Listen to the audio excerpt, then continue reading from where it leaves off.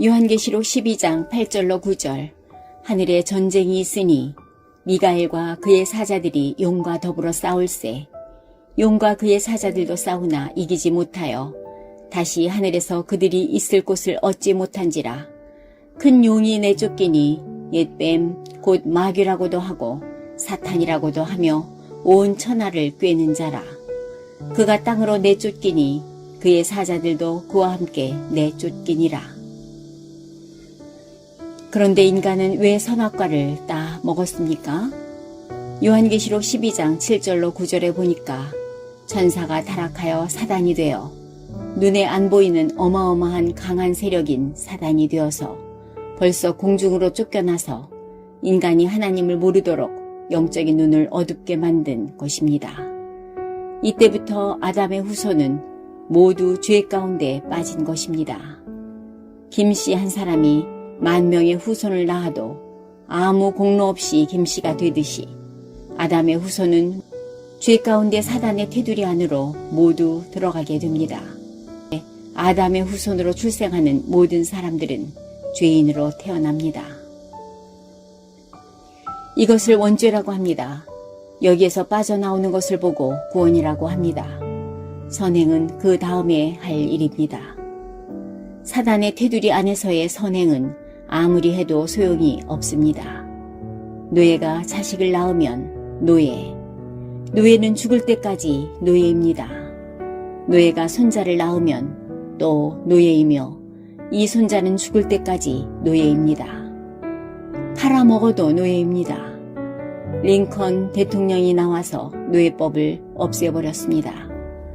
그때부터는 노예가 자녀를 낳아도 노예가 되지 않습니다. 아담의 후손 가운데 사단의 법 아래에 있는 사람은 모두 죄와 사망의 법 아래에 있기 때문에 새 생명을 얻어야 합니다. 그런데 여기에서 빠져나오는 길이 없었습니다. 인간은 연약하고 사단은 너무 강합니다. 그리고 인간은 사단으로 말미암아 죄에서 빠져나올 수가 없습니다. 그래서 인간은 하나님 떠나서 세상 가운데로 육신으로 있을 수밖에 없습니다. 이 육신은 사단의 지배를 받고 죄 가운데 빠지게 되고 세상에 빠질 수밖에 없습니다. 사람은 사단의 권세에서 절대로 빠져나올 수 없습니다. 로마서 5장 8절. 우리가 아직 죄인 되었을 때에 그리스도께서 우리를 위하여 죽으심으로 하나님께서 우리에 대한 자기의 사랑을 확증하셨느니라. 우리 하나님이 이 지구상과 하늘과 땅의 최고의 계획을 세우셨는데 인간은 절대로 빠져나올 수 없으니 여기에서 빠져나올 수 있는 계획을 세우셨습니다. 아담아, 내가 어찌하여 엄청난 범죄를 지었느냐? 이미 죄를 지은 아담이 자존심이 있었는지 하나님이 만들어준 저 여자가 먹으라 해서 먹었다고 했습니다. 이렇게 말해도 소용이 없습니다. 이미 죄를 지어버렸기 때문입니다. 그때 하나님이 하와에게 물었습니다. 하와야, 너는 어떻게 해서 먹었느냐? 하와가 말했습니다. 하나님, 내가 안 먹으려고 했는데 요한계시록 12장의 옛뱀, 사단, 저것이 자꾸 먹으라고 해서 내가 먹었습니다. 그때 하나님이 그래, 맞다. 네가 죽게 됐으니 길을 열어주마. 여인의 후손이 뱀의 머리를 상하게 하겠다. 이 사실을 믿어라. 지금부터 구원을 받으라. 그래서 늘 잊지 말아라. 그가 올 때까지 피를 뿌려라. 양의 피를 뿌리고 그로 말미암아 옷을 입으라. 양 가죽으로 옷을 만들어 입어라. 그리고는 양의 피를 뿌려라. 히브리서 9장 22절.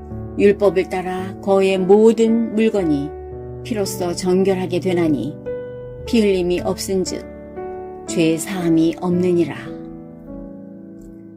무엇 때문에 자꾸 양의 피를 뿌리라고 합니까? 하늘나라 갈 때까지 사단이 활동하기 때문입니다. 하늘나라 갈 때까지 저주의 세력은 우리를 따라갑니다. 하늘나라 갈 때까지 육신을 가지고 있기 때문에 이 육신은 자꾸만 육의 생각으로 끌고 갑니다. 이것을 이용해서 사단은 자꾸만 우리를 넘어뜨립니다. 그래서 계속해서 메시아가 올 때까지 양의 피를 뿌리라고 했습니다. 인간은 하나님을 떠났습니다. 왜 떠났습니까? 죄로 말미암아 떠났습니다. 왜 떠났습니까? 육신 때문에 떠났습니다. 이 세 가지 질문을 간단하게 대답한다면 인간은 사단 때문에 떠나게 되었습니다. 주 하나님, 연약한 우리를 하나님의 은혜로 믿음으로 구원받게 해주시니 감사합니다. 나를 위하여 죽으신 예수 그리스도 이름으로 기도합니다. 아멘.